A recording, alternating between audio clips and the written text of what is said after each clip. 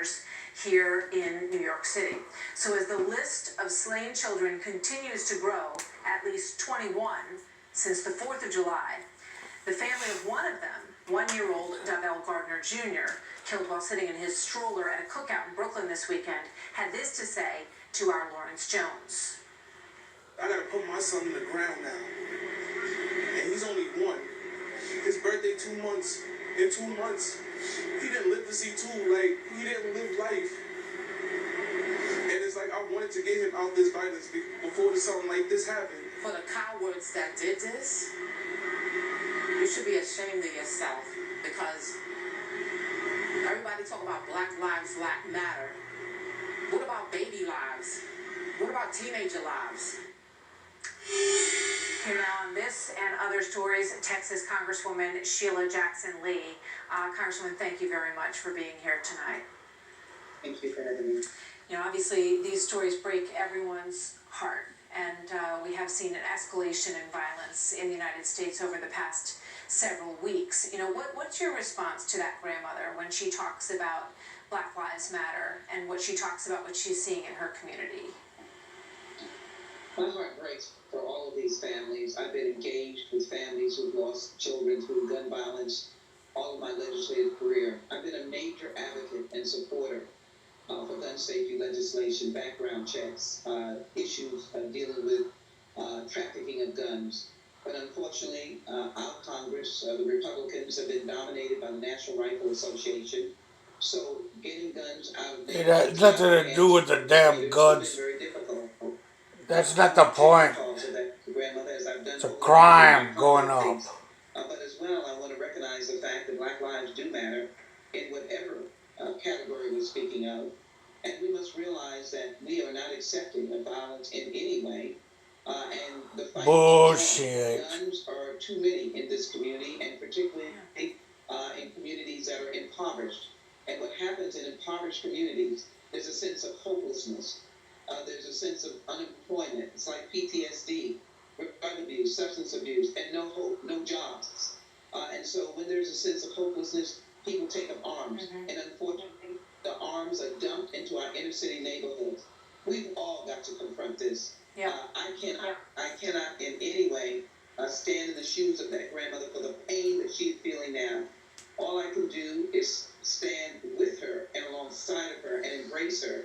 And say that we must say no more. But we've got to end the Standing with the terrorists. Of young black men that lead to this kind of violence. One of the things that's standing with the BLM terrorists. Plainclothes officers off the street, and those officers have been responsible during their tenure, which doesn't exist anymore, of pulling hundreds, probably thousands of guns off the street.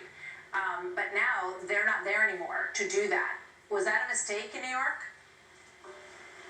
Well, frankly, I believe that what the protesters and what I've been saying is you need to put on the street the kinds of programs that take kids off the streets, teenagers off the streets.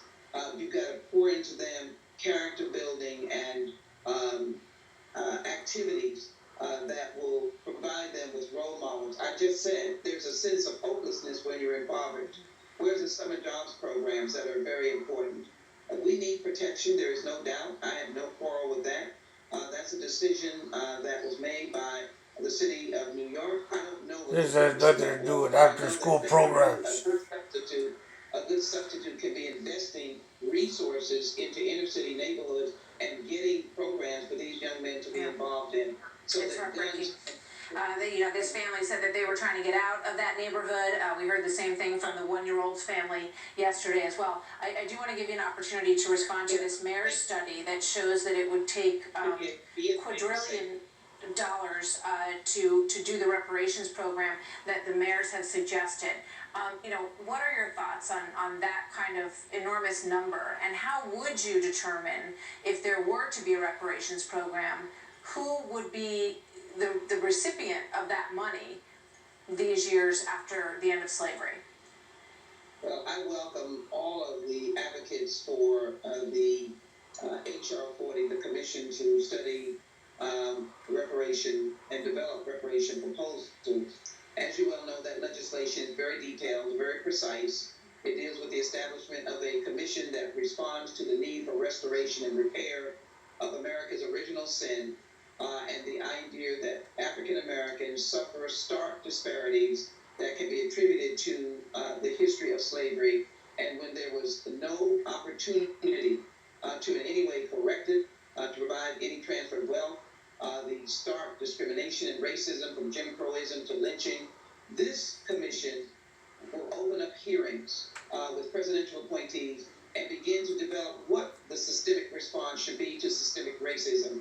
So I can't make judgments on proposals that are being made by various groups. I know the mayors, they're great leaders, I respect them, I look forward to working with them, but I'm looking also forward to them advocating for this legislation that then will look at all of the proposals that are being made. Of course, mayors have jurisdiction over their own city, and I welcome their thoughts about their own city, but the commission that I am promoting and carrying in the United States Congress with the largest number of supporters we've ever had across the nation is about the commission to deal with the original sin that was government sanctioned by the federal government, by the black, by lynching.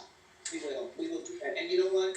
We will pierce into this hopelessness in the black community that may generate these young men, if it was the cause of the death of this little baby and these teenagers and the little 9-year-old. We will pierce into that and find systemic ways to deal with the systemic racism that has created the atmosphere for these young men. By giving them millions of dollars.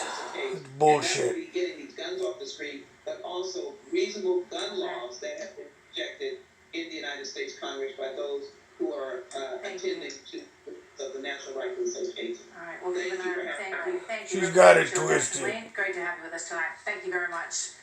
Crazy, crazy, crazy. So an opinion